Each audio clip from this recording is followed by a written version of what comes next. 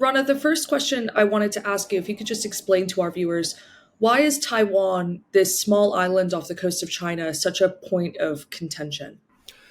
The fate of Taiwan has been an issue now for the best part of three-quarters of a century. In other words, since 1949. That was the year that Chairman Mao's Communist Party conquered the mainland of China. They established the People's Republic of China, that, of course, has been the government ever since.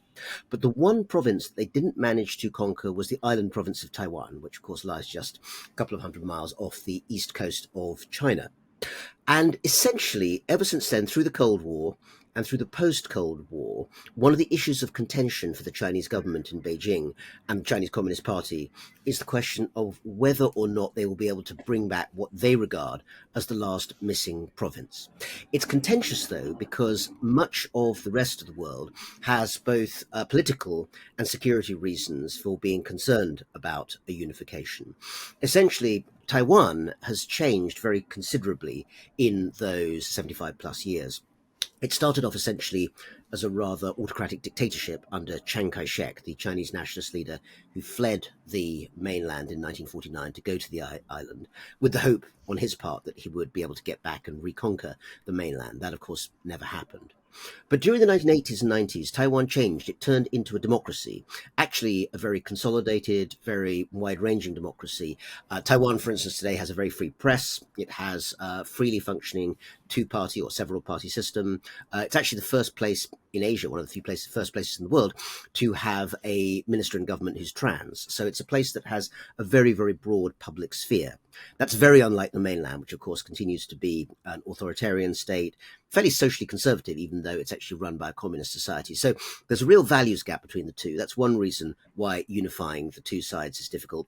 And the other, of course, is that the United States, Japan, and major Western allies in the Asia region fear that if Taiwan went back to China, it would essentially become a security asset for China. In other words, warships from the Chinese Navy fleet could essentially place themselves in harbors on the island of Taiwan and essentially project themselves towards Southeast Asia, Japan, the Pacific, and beyond. So those are some of the issues that make the idea of bringing Taiwan and the mainland together, which is what Beijing wants, very contentious overall. But it's also about resources, isn't it? Aren't there kind of resources and things to do with microchips that are found in Taiwan that are kind of making it kind of a that both the US and China are very interested in? One of the major reasons that there is real concern in both the Western world and China, actually, about the fate of Taiwan in the present day is one particular commodity that wasn't even thought of just a few decades ago, but now is central to Taiwan's place in the world. That is semiconductor chips. In other words, a form of very, very high precision technology, which sits at the heart of almost all of the technologies which make everyday life possible in advanced parts of the economy, smartphones, automobiles, all sorts of machinery in general, which has moved away from the mechanical and takes uses semiconductor chips as central to operation. Now, semiconductor chips of various sorts are made all around the world in all sorts of factories, but Taiwan's are special. They are amongst the most, if not the most high specification in terms of the sheer smallness of the size of what can be made. And that's not just because of a particular factory, although a company called TSMC is very central to this. It's also because the supply chain, which uses a particular type of lithography, and also the scientific ecology that sits around the manufacture of those chips in Taiwan itself. That has proved very, very hard to reproduce anywhere else. The Chinese have tried, the Americans have tried. Both are making some progress in Arizona for the Americans and on the mainland in Shanghai for the Chinese. But most assessors from outside still think there's a ways to go. The Taiwan bottleneck or the Taiwan nexus for production of semiconductors is currently unique in the world. Now, if you were choosing an ideal geopolitical scenario, deciding that a small politically vulnerable island that is an unrecognized state in the wider world that is essentially in a danger zone for a geopolitical conflict might not be where you would choose to place the only factories in the world that can produce chips that are essential for the entire global economy, but that is where the world has ended up. And that's why actually both the US and China are wary about provoking conflict in the region, as the Taiwanese sometimes point out, it's a sort of blackmail trigger for both of the countries that they have something to do with. Obviously, they're close to the Americans and not to the Chinese, but the Chinese also have a lot of economic interests in Taiwan and vice versa. And everyone knows that if the semiconductor supply chain were blown up, if it stopped suddenly, if it were hampered, then the economy of China, the US, and the entire world would be deeply and negatively affected. So, Rana, we're already seeing this militarization of the Taiwan Strait between the US and China over Taiwan, and it's being referred to as the next Cold War. Has this already begun? Well, one of the figures who has put forward the idea that we are entering a new Cold War is Henry Kissinger, now 100 years old, actually 100 years and I think 2 months now, still going pretty strong. He was actually just visiting Beijing the other day, as the news picture showed. And he has talked about the US and China entering, in his words, the foothills of a new Cold War. Now, it's a bit of a mixed metaphor, of course. I'm not sure if a war can have a foothill, but I think we all know what Kissinger means. And because he is one of the 3 or 4 people who was instrumental in opening up the Cold War era relationship between the US and China, he's still taken very seriously in China itself. Is it a new Cold War? The phrase is heard more and more. And I think one of the reasons it's used is that it's not something that gives an easy alternative analogy or metaphor. I mean, we as human beings love metaphors. We love analogies to try and explain what's going on. Cold War, it turns out, was one of the most brilliant phrasings of the modern historical era. Some Chinese scholars, like for instance Professor Wang Jisi of Peking University, have talked about it by flipping the terms and saying it's not a Cold War, it's a hot peace.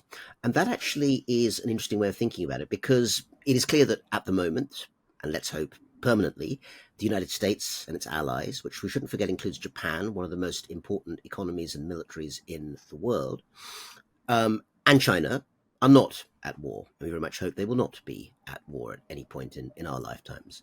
But there's no doubt the situation between them is not peace in the way that, the border between Italy and Switzerland is peaceful. It's not that kind of situation. And so I think, although there are some issues with that phrase too, thinking about Professor Wang and other people, he's one of the most prominent, there are others who've used this hot peace idea, might be a way to get to what that metaphor is doing for us. In other words, trying to say, what is the situation between the United States, its allies, and China? Is it a war? Well, no, not exactly. Is it a Cold War? Well, not exactly that either, because tensions are ramping up and clearly the possibility for something more dangerous is there.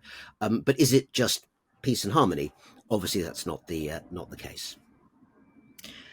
Who do we think that the allies will be for China? Because it's quite clear that the allies for the United States and for Taiwan would be AUKUS, the UK, and Australia, Singapore, Japan, but and it does seem like along China's coastline there is kind of a chain of Western allies, but I'm not really seeing anyone that would come to defend China in that conflict. China makes a big China really stresses the fact that it doesn't do alliances in the way the United States does. Just to be clear what we mean by alliance, and it is often used as a sort of shorthand to mean, people working together, but actually there's quite a technical set of expectations, and something like the NATO alliance, or indeed the US-Japan Security Alliance, involve mutual deterrence. In other words, an attack on one is an attack on all. That's become very evident when thinking about why countries in Europe want to be in NATO in the light of the Russian invasion of Ukraine. China has very few alliances of that sort, and even those are slightly compromised. The nearest thing is North Korea, but for various reasons, North Korea's rather unpredictable politics means that China's unlikely to want to take up that particular partnership. It also has what it calls deep and strategic partnerships and relationships. The word partnership is sometimes closer. There aren't that many of those, but one actually is a country that people sometimes forget, which is Pakistan. Pakistan has a very long-standing relationship with China. Some of China's generals, military generals, refer to Pakistan as China's Israel. In other words, the analogy for the United States and Israel. So there are these sorts of relationships out there. But the question you asked is whether or not this would actually be useful to China in terms of a confrontation. I don't think there's any expectation almost none, I think, in China, that if there were to be a conflict in the Asia Pacific over Taiwan or in the South China Sea, where China continues to be in dispute, or at the moment it's legal, not military dispute, with Southeast Asian neighbors about who actually gets to control the seas in that area, or indeed the East China Sea, where China has maritime disputes with Japan as well. I don't think that anyone in Beijing, in military or civilian planning, would expect that there would be a swift or easy appeal to allies of any sort or partners. North Korea is not, I think, in most circumstances going to come in. The one that people think about, of course, is Russia, because Russia and China now have a much closer relationship. But again, I find it hard to see a scenario in which Russia actually actively brings military power to bear to assist China in an East Asian crisis. A, they haven't got the capacity. A lot of it's being used, obviously, at the moment on the Ukraine war. And when we think about things that aren't being used so much there, like the Pacific Fleet, again, my question would be how much, having essentially declared a form of undeclared conflict on NATO, Russia would also essentially want to take on US allies in the Pacific as well. I just don't see it happening in that sense. So China's depending really on its own resources, and they are formidable. China has the second biggest military in the world, has the second biggest economy in the world, and also an economy that's not just large, but through supply chains is very, very connected to many of the pathways of economic production around the world. If you take many smartphones, whatever the brand on the front, even if it's an American brand, a European brand, most of the components will either be Chinese or have come through China at some point. Beyond that, China's market continues to be very, very attractive to many people, and I think that one of the things that China would seek to do is to try essentially and go to what it perceives as perhaps the more neutral or uncertain actors in a confrontation with the United States. Go to the Europeans and say, Germany, do you really want to lose the market for Mercedes or BMW automobiles? Japan, do you really want your Toyota factories and your Matsushita factories in eastern China to basically be put out of contention? And Southeast Asia, which is an area of the world that is keen to grow its economy and not get involved in anyone's wars. They're not pro-China, but they're not really dying to get into a huge stoosh with the US's priorities at the front of that line. So that all being the case, I think China is calculating that if it can find the right moment and the right pivot, it can use its economic power backed up by military clout to prevent other people getting involved. Yeah, and I guess that's what makes this conflict so much more different from, people do compare it to the Cold War, but that was a war of, ideology really between, communism and capitalism, whereas this has a huge financial aspect to it, which will certainly kind of It, change the relations. That's right. I think it's much more realpolitik. I mean, some people compare the world we're in now to before World War One. Actually, there's a great essay by the historian Margaret Macmillan in the latest edition of the journal Foreign Affairs, which people can find online, and she's one of the great historians of that period and has made some really interesting analogies. But that having been said, of course, every period is, of course, its own period. We have issues to do with technology and supply chains that weren't the case in the same way before World War One, when the world was very different.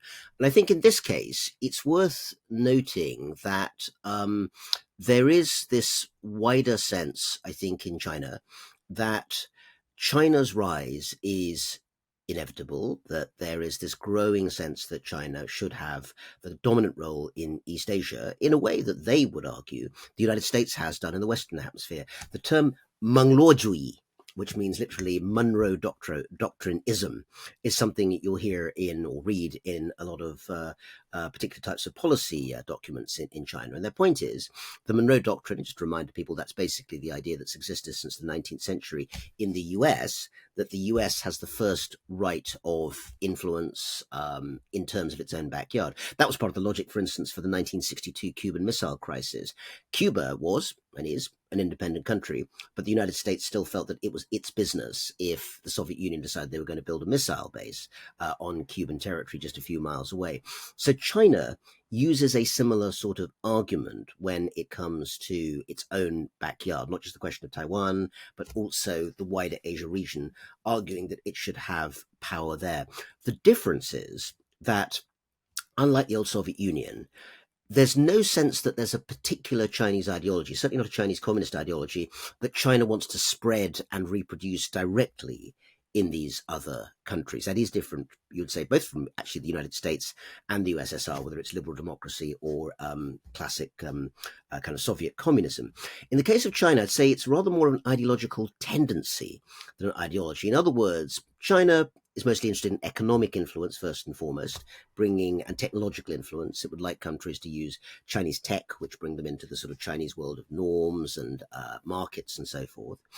But if something happens to overthrow a government, like in Burma 2 years ago when there was a coup, China got on perfectly well with the robust and in some ways rather majoritarian democratic government of Aung San Suu Kyi, but China got on quite well with them. But then when there was a coup and Aung San Suu Kyi disappeared into prison, China didn't protest or say, this is wrong. They just said, well, it's up to Myanmar as to what its government's going to be, and they've been dealing perfectly happily with the military government since then. I think it's a stretch to say that China had anything direct to do with that Myanmar coup. I don't think they did. It was an internal issue. But China's ideological position is that it's none of its business as to whether or not a country is an authoritarian dictatorship or a liberal democracy, as long as they're working with China. Yeah, I mean, and therefore you can really understand why a lot of countries in the global south would kind of choose to align themselves with China now. Because I mean, when they were aligning themselves with the United States, it was on the understanding that, you have to sign up to our norms of liberal democracy and, everything along those lines. But then some of them could have argued that that's kind of hypocritical at some points of US history and what they did abroad.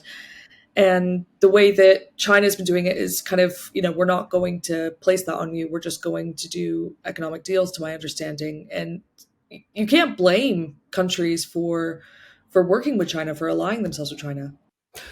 Well, I would say that these days, both the Western Alliance, the United States, but other European countries too, and China have both, I think, to some extent made the same mistake when dealing with sub Saharan Africa, Latin America, and other parts of the emerging global south, which is that they've forgotten that in the last 20, 30 years, those countries' own publics now have a voice. Not all of those countries are electoral democracies, and of the electoral democracies, some of them are partial democracies or democracies that are not very stable. We've just seen a coup in Niger in the last few days, and that was a country that was moving towards electoral democracy. President Bazoum had actually been elected and then was ousted in a coup. But it's worth noting that actually, 40, 50 years ago, tales of military coups in Africa were a very frequent sort of occurrence. Actually, the Niger situation is relatively unusual because now, if you think, off the top of your head, of the 50 countries of Africa, how many have somewhat or significantly consolidated democracies? Kenya, Botswana, Eswatini, South Africa. The list goes on. Or even ones where there's more fluidity, but nonetheless, Benin might be a good example of that. There is still significant Senegal, significant democratic structure there.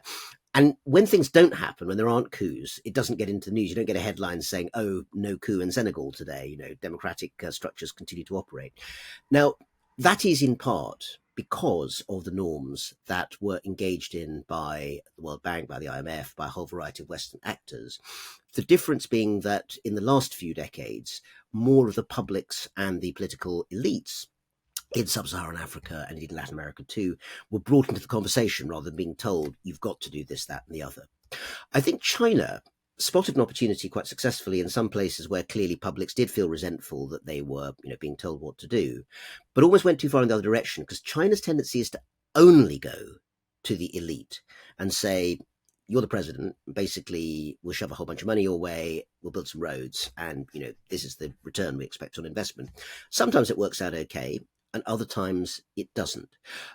What I'd say is that one of the most notable elements of China's overseas investment strategy, it's called the Belt and Road Initiative. People have probably heard of this idea of it sort of spreading huge amounts of foreign investment over the last 10 years over much of the world, is that it's really been reined in, largely because 2 or 3 years ago, China started doing the accounts and realizing that actually lots of these investments didn't work out.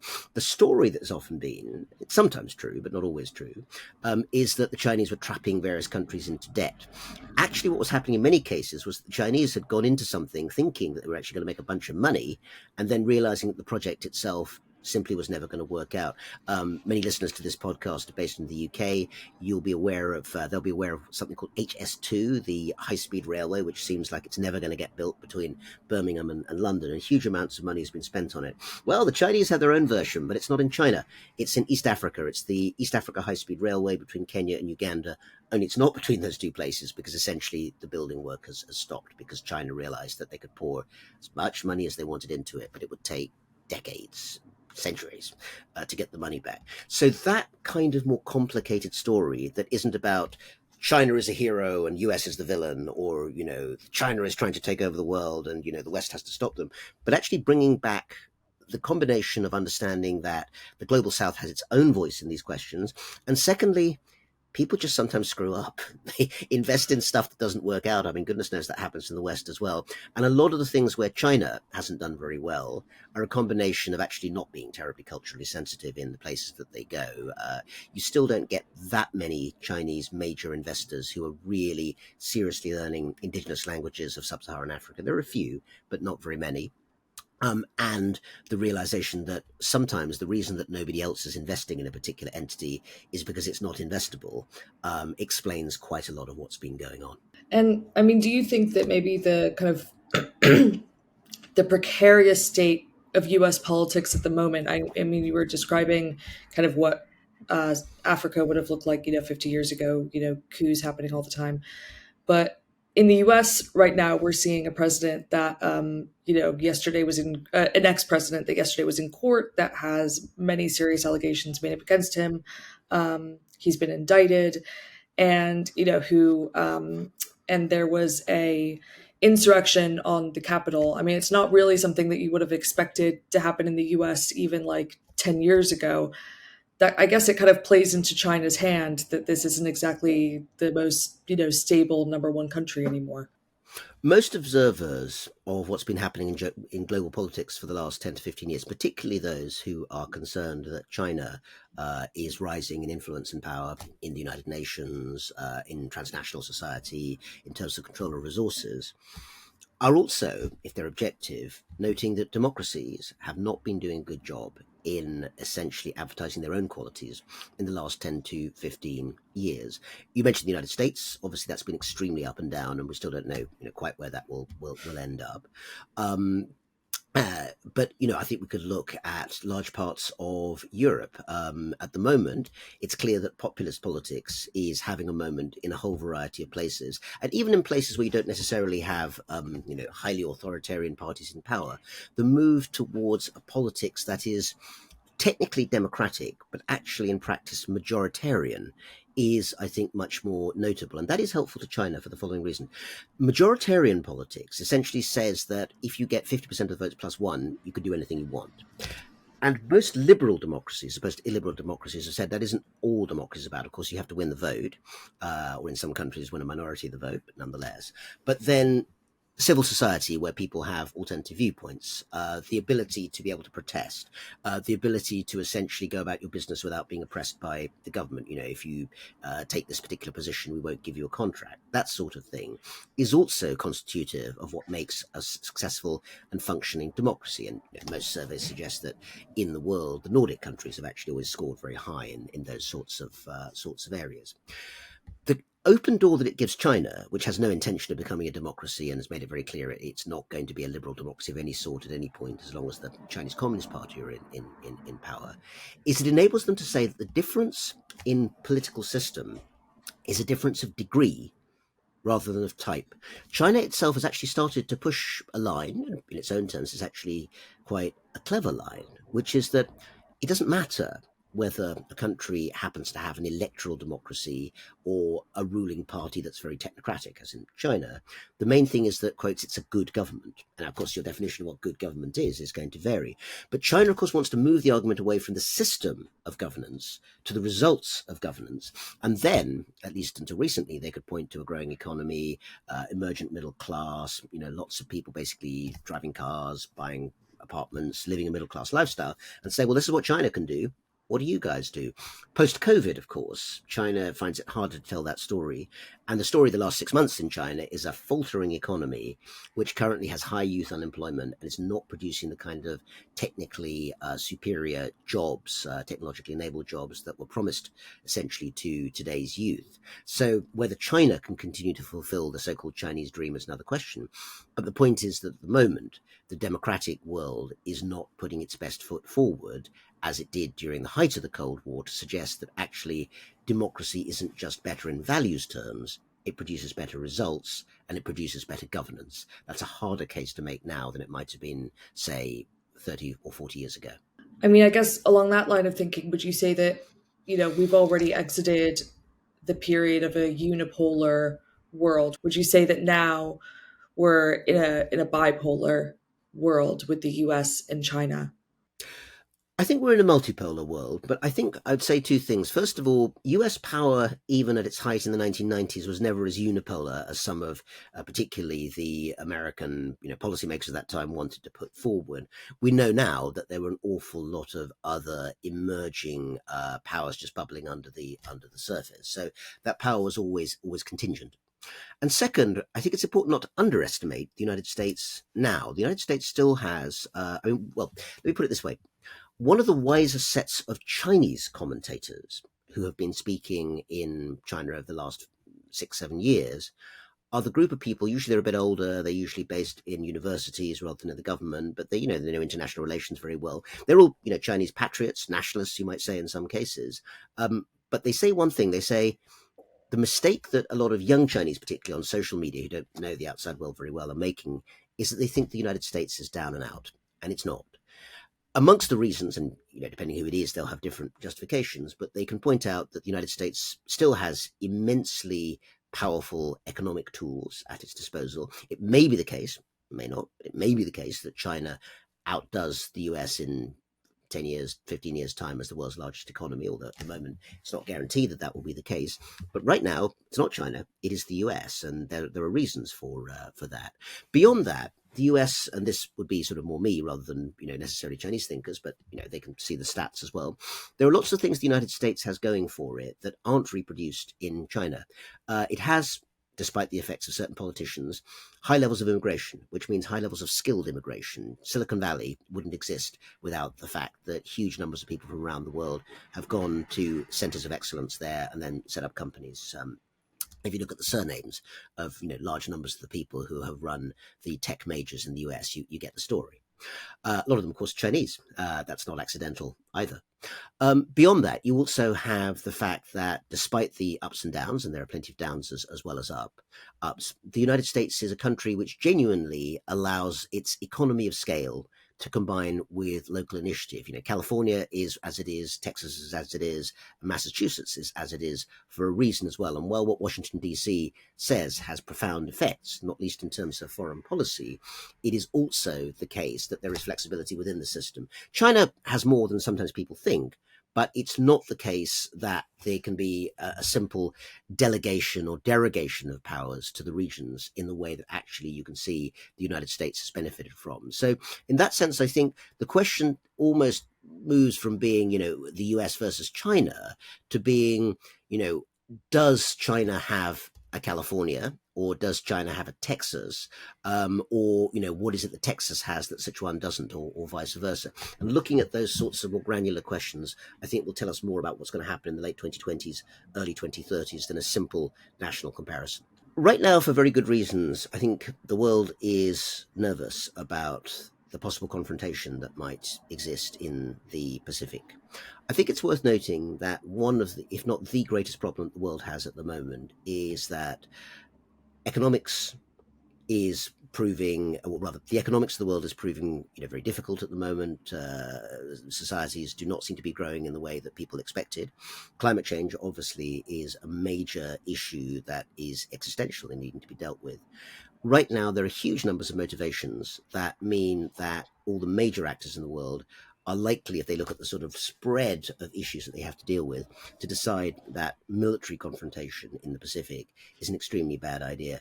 I think that sensible heads in all parts of the world realize that this is the case, and therefore it's worth noting that preventing that sort of confrontation, which would be absolutely devastating, not just for the Pacific, but actually for the wider world, is a key geopolitical goal. It's less exciting often to basically be involved in preventing something that doesn't hit the headlines as opposed to something hugely spectacular which does.